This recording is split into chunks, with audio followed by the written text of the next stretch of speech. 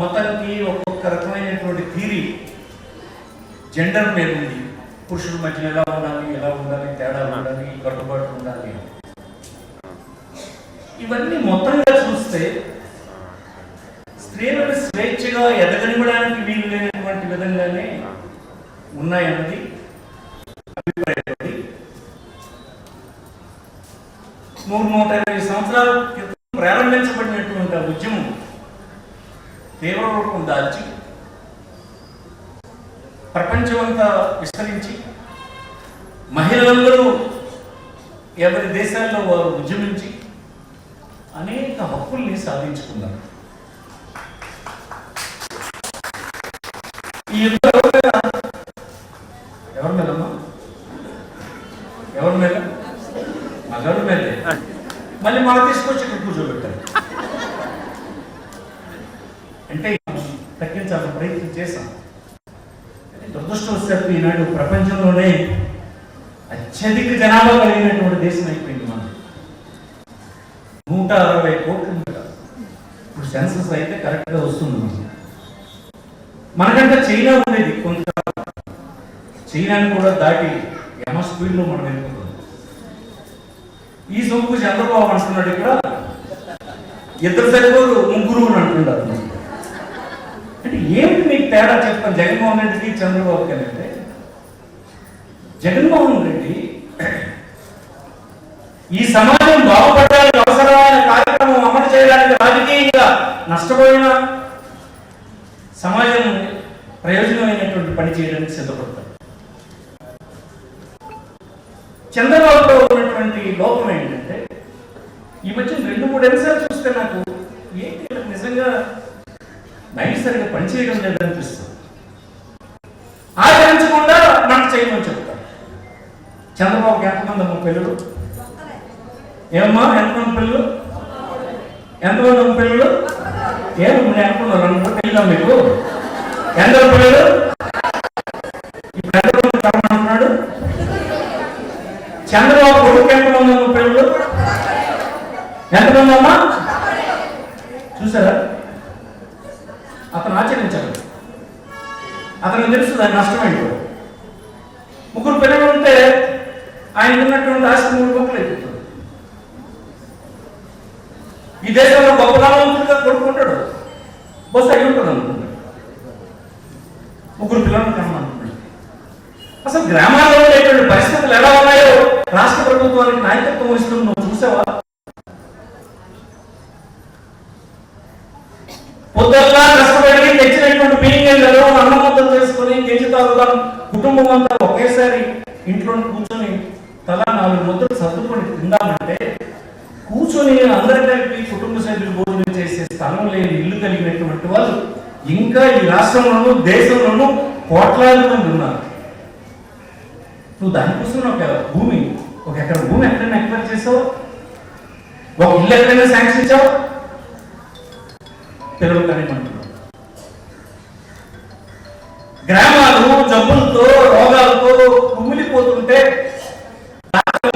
చెల్లించలేక భయపడిపోతుంటే, పెద్ద హాస్పిటల్కి వెళ్తే మందు పిల్లలు దొరికినటువంటి పరిస్థితి ఉంటే, మీరు వెంటనే ప్రైవేట్ హాస్పిటల్కి వెళ్ళిపోయిందని సలహా ఇచ్చినటువంటి పరిస్థితి ఉంటే, దాని గురించి ఆలోచించకుండా జనం పిల్లలు కనండి అని చెప్తున్నారు. ప్రపంచమంతా ఇంగ్లీష్ మీడియం చదివిస్తూ దూసుకుపోతుంటే జగన్మోహన్ రెడ్డి బీద పిల్లలు కూడా ఇంగ్లీష్ మీడియం చదివి ప్రతి కుటుంబంలో ఉన్న పిల్లడు ప్రయోజకుడు కావాలనేటువంటి ప్రయత్నం చేస్తే నువ్వు ఆ స్కూల్స్ ఎత్తేసావు. నీ పిల్లలను నీ చదివిస్తున్నావా అంటే నువ్వు చెప్పేటువంటి మాటలు మేము ఆచరించడానికే తప్ప నువ్వు ఆచరించవు. అది లీడర్షిప్. అదే జగన్మోహన్ రెడ్డి మీరు తీసుకోండి. అతన్ని దుమ్మెత్తి పోసి రాష్ట్రంలో ప్రచారం చేశారు తప్ప చూడండి ఎందుకు పిల్లలకి ఇంగ్లీష్ మీడియం చదివించాడు, ఎందుకు ఆ పిల్లలకి భోజనం పెట్టాడు, ఎందుకు ఆ పిల్లలకి స్కూల్ బ్యాగ్ ఇచ్చాడు, ఎందుకు బుక్ ఇచ్చాడు, సాక్స్ ఇచ్చాడు, పెన్ ఇచ్చాడు. ఏ లోపం లేకుండా వాడు చదివి ప్రపంచంలో ఎక్కడైనా తన ఉద్యోగ ధర్మాన్ని చేయడానికి సరిపడేటువంటి కాంపిటెంట్ ఫెలో అవ్వాలని చెప్పి అతను చేస్తే నువ్వు చేసిన పని మనం మన కోసం కాదు. రాజకీయ పార్టీలో పనిచేయడం అంటే సమాజంలో ఉండేటువంటి లోపాలని అన్నింటినీ సరిదిద్దడానికి పనిచేసేవాళ్ళం మనం సోషల్ వర్కర్స్. రాజకీయ పార్టీలో పనిచేయడం అంటే సోషల్ వర్కర్స్ కింద లెక్క. ఈ బాధ్యత పనిచేస్తున్నాం అందరూ. మన చుట్టూ ఉన్న పరిస్థితులను మార్చాలి మనం. మన చుట్టూ ఉన్నటువంటి రుగ్మతలన్నీ వదిలించాలి మనం. మన చుట్టూ ఉన్నటువంటి మూఢనమ్మకాలను నమ్మకాలన్నీ వదిలించాలి మనం. ఈ దిశలో ఇప్పుడు అందరూ పనిచేయాలని నేను కోరుతున్నాను. కానీ ఈవేళ నాకు చాలా సంతోషం వేసింది. ఇక్కడికి వచ్చినప్పుడే అందరు మొహాలు చాలా సంతోషంగా కనిపించినాయి. ఏంటో మరి నాకు అర్థం కాదు, ఏమైనా కారణం. అందరం ఒక దగ్గర ఉన్నామనే బహుశా చాలా మంది నేను ఒక్కదాన్ని అయిపోతున్నాను అనుకుని ఉంటాను. ఎంతమంది కనిపించినప్పటికీ సంతోషం కలిగింది. పార్టీ చాలా బలంగా ఉందని మనం చూస్తున్నాం. ఇప్పుడు రైతులు యూరియా బస్తా ఇవ్వలేదు ప్రభుత్వం అండి. యూరియా బస్తా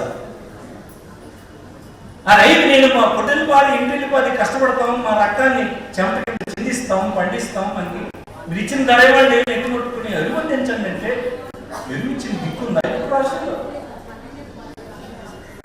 రైతులు ఎదురు ఓటేస్తారా? అది ఇస్తాను ఇది ఇస్తానని లేనిపోవడం అని చెప్పి అందరికీ ఆశపెట్టి ఓటించుకున్నాం. 2 సంవత్సరాలు అయింది. పింఛన్ కోసం ఎదురు చేస్తున్నాడు కూడా కొత్త పింఛన్ ఇచ్చినటువంటి దిక్కు లేదు. నీ పొలంలో రేపు రాణిస్తారా? ఉద్యోగులు మనకి ఎంట పెట్టుకుంటారు. జగన్మోహన్ రెడ్డి మాట్లాడడం లేదని చిన్న చిన్న విషయాలకే మనతో శత్రువులు అయిపోయారు. వాళ్ళ పట్ల చాలా గౌరవం మన ప్రభుత్వానికి ఉంది, జగన్మోహన్ రెడ్డికి ఉంది, మనందరికీ ఉంది. ఉద్యోగులు ఈ రాష్ట్ర అభివృద్ధిలో భాగస్వామ్యం. వాళ్ళ అభివృద్ధి వాళ్ళ అవసరాలు తీర్చడం మన బాధ్యత. కానీ ఆర్థిక పరిస్థితులు బాగలేనప్పుడు 4 రోజులు ఆలస్యమైంది తప్ప ఎన్నడూ అబద్ధాలు మనం చెప్పలేదు. అన్ని ఇస్తానని నువ్వు చెప్పి ఓటించుకున్నాం. ఈ ఉద్యోగులు చాలా మంది తనో తానేతం కాదు, మనట్లు కూడా చాలా సాయం చేశారు. ఇప్పుడు ఎక్కడ వాళ్ళ సమస్య గురించి విన్న పత్తాలేదు. వాళ్ళందరూ ఇప్పుడు కట్టిపట్టుకుని కూర్చున్నారు. ఎప్పుడు వస్తే లాస్ట్ టైం మనకెలా కొట్టాలో చాలా కొట్టాలన్నటువంటి పనిలో వాళ్ళు ఉన్నారని మీకు ఆలోచిస్తాను. చూడండి, అది చూడండి. ఆటోలు డ్రైవర్లు ఇన్ని చేస్తామా? రజకులు, నాయి బ్రాహ్మణులు వాళ్ళందరికీ ఇంటికి తీసుకెళ్లి డబ్బులు ఇచ్చి గౌరవించామా? ఇవి చూడండి. అంగన్వాడీలు ఆల్మోస్ట్ కూడా రోడ్డు ఎక్కుతున్నారు.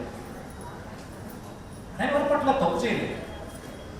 కొద్ది కష్టకాలం అంటే 4 రోజులు వాయిదా వేసే పని చేశాం. ఎవరిని తోలనాడలేదు. ఈవేళ అందరూ సిద్ధంగా ఉన్నారు. ఎందుకు నేను చెప్తున్నానంటే ఈ నెలకే తెలుగుదేశం బలహీన పడిపోయింది. వాళ్ళు నమ్మే స్థితిలో మరెవరు లేరు. ఇక కింద స్థాయిలో మీరు చూస్తే ఎమ్మెల్యేలు వాడు ఏది చూస్తే నమ్మేస్తున్నారు. ఆఖరికి ఓక ఎమ్మెల్యే పోతారు. ఇసుక దొరికి ఇసుకెత్తేస్తాను. ఎవడు భూములు వస్తే భూములు ఆక్రమించేస్తుంది. మట్టి వెళ్తే మట్టి అమ్మేస్తాను. ఆఖరికి రెవెన్యూ ఆఫీస్కి వెళ్తే సబ్ డివిజన్ చేసి వాడి ఇది వాళ్ళంటే ఎమ్మెల్యేకి లంచం ఇస్తే తప్ప చేయడానికి వీలని చెప్పి సబ్ రిజిస్టర్ కార్యాలయంలో రిజిస్ట్రేషన్ అయితే ఎమ్మెల్యేలకు డబ్బిస్తే తప్ప చేయలేదు. ఇన్ని రకాల అవినీతి ఉందో అన్నింటిలో కూరుకుపోయింది రాష్ట్రం. లోకేష్ బాబు, చంద్రబాబు ఈ విషయాలు ఏమీ తెలియనట్టు ఊరుకుంటున్నారు. ఎందుకంటే తల్లి చేలో మేస్తే పిల్ల గొట్టును మేస్తుందా? తల్లి చేలో ఉంది, పిల్లలు చేలు మేస్తాయి. నేను అన్నది నిజమా కాదా?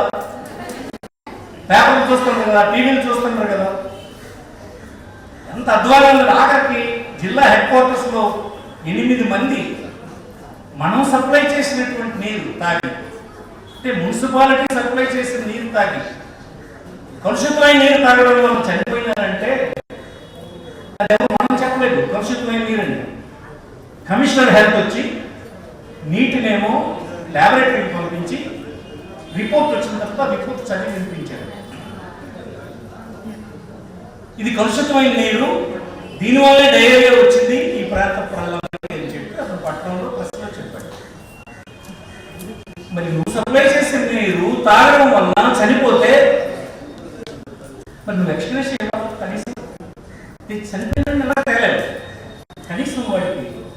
ఇదిగో నీ కుటుంబానికి ఇది సాయం చేస్తున్నాను, మేమందరం గొడవ పెడితే వచ్చినట్టు వచ్చి నారాయణ గారి అందరికీ ఆయన తెలుసు ప్రభుత్వ ఆసుపత్రుల్లో మందు బిల్లులు లేవు, ప్రైవేట్ హాస్పిటల్ చేరుకుంటుని చెప్పాడు. ప్రభుత్వం ఇంత పెద్ద ప్రభుత్వం 3,30,30,000 కోట్లు బడ్జెట్ అంట. 3 లక్షలనే 3,30,000 కోట్లు బడ్జెట్ ప్రభుత్వం ఆసుపత్రుల్లో వైద్యం చేసే దిక్కు లేదు, మందు బిల్లు లేదు. ప్రైవేట్ హాస్పిటల్ చేర్చండి చెప్పి వెళ్ళిపోతే వాళ్ళు వెళ్ళిపోయినట్టే ప్రైవేట్లో ఎంటబెట్టారు. ఈ ప్రభుత్వం డబ్బులు మాకెందుకు 8 మంది లేకపోతే ఈ వేటకి 8 మంది చనిపోవాలని ఒప్పుకోవడానికి కూడా సిద్ధంగా లేదు. ఎంత జారిపోయిందో మీరు చూడండి. హెడ్ క్వార్టర్స్ పత్రికలన్నీ ఘోషిస్తున్నాయి ఎవరు ఎలా చనిపోయినారు, ట్రీట్మెంట్ ఎక్కడ జరిగింది, మున్సిపల్ ఆఫీసర్స్ ఏం చెప్పారు, కమిషనర్ ఏం చెప్పాడు, హెల్త్ కమిషనర్ ఏం చెప్పాడు, అన్నీ ఉన్న తర్వాత కూడా ఎవరు మాట్లాడు, ఎవరు వచ్చి చూసినట్టు లేడు, పలకరించినట్టు లేడు, దిక్కు లేదు. ఇలాగైనా ఉండేది. మీరు ఒక్కసారి కరోనా ఉన్నప్పుడు మన పార్టీ ప్రభుత్వం ఎలా పనిచేస్తుందో మీరు చూసారా? డిస్ట్రిక్ట్ కలెక్టర్ ఐఏఎస్ ఆఫీసర్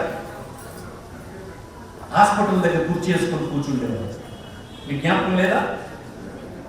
భోజనంతో సహా వడ్డించి ఎలాంటి భోజనం ఉండదో అందించే పని చేశాను. పట్టుబడి 150 మంది పేషెంట్ వస్తే జిల్లా హెడ్ క్వార్టర్స్లో నువ్వు కనీసం వైద్యం అందించలేని స్థితిలో మళ్ళీ నువ్వు ఎన్నికవుతావా? ఈ ప్రజలు నేను ఉంచుతారా? లక్షలాది మందికి ట్రీట్మెంట్ చేయించే పని జగన్మోహన్ రెడ్డి ఎంత చక్కగా చేయించగలిసాడు. అదే యంత్రాంగంతో చేయించగలిసాడు. నీ ప్రయారిటీస్ వేరు, నీ తాలూగా పద్ధతులు వేరు, ప్రజలకు సంబంధించినవి కాదు. దీనికి గాను మహిళా సౌకర్యములందరికీ నేను చెప్పేది ఏంటంటే మన హక్కుల కోసం ఉద్యమించండి. మీకు సహకరించడంలో మగవాళ్ళందరికీ తోడ్పాటు ఇమ్మని అడగండి. అది మీళ్ళలో మీ భర్తతో సహాయ ప్రారంభించండి. మీకోసమని అనేక చట్టాలు చేయబడ్డాయి ఈ దేశంలో, ఇంకా చేయబడతాయి. ఇంకొకటి వచ్చేసింది, ఇంకో చట్టం వచ్చింది. ఏ చట్టం అది? శాసనసభలో చట్టసభల్లో మహిళలకి సీట్లు ఇచ్చేటువంటి చట్టం కూడా ఇప్పుడు వచ్చింది. 29లో అది ఇంప్లిమెంట్ చేస్తామని కేంద్ర ప్రభుత్వం చెప్తుంది. అనేకమైనటువంటి చట్టాలు మీకు అనుకూలమైన వచ్చాయి. అయితే ఇవి మీ ప్రయోజనాన్ని ఎప్పుడు ఇస్తాయంటే ఇవి అమలు చేయడంలో, సాధించుకోవడంలో పట్టుచ్చినటువంటి వారిని తొలగించుకుని అమలు చేయించేటువంటి పని మీరు చేయించాల్సినటువంటి అవసరం ఉంది. ఇలాంటి దినాలు ఏ దినమైనా, మహిళా దినమని, ఇంకో దినమని అంటే ఏం చేస్తాం? ఎందుకు కూర్చుంటాం అంటే ఇలాగా ఇప్పటి వరకు ఎక్కడి వరకు వచ్చాం? ఈ 120 సంవత్సరాల్లో ఏం మనం సాధించాము? తొక్కటలు లేకపోతే ఇంకెలా మనం సరిదిద్దుకోవాలి, ఎటువైపు నుంచి మనం ముందుకు సాగాలి అనే విషయాలు ఆలోచించడానికే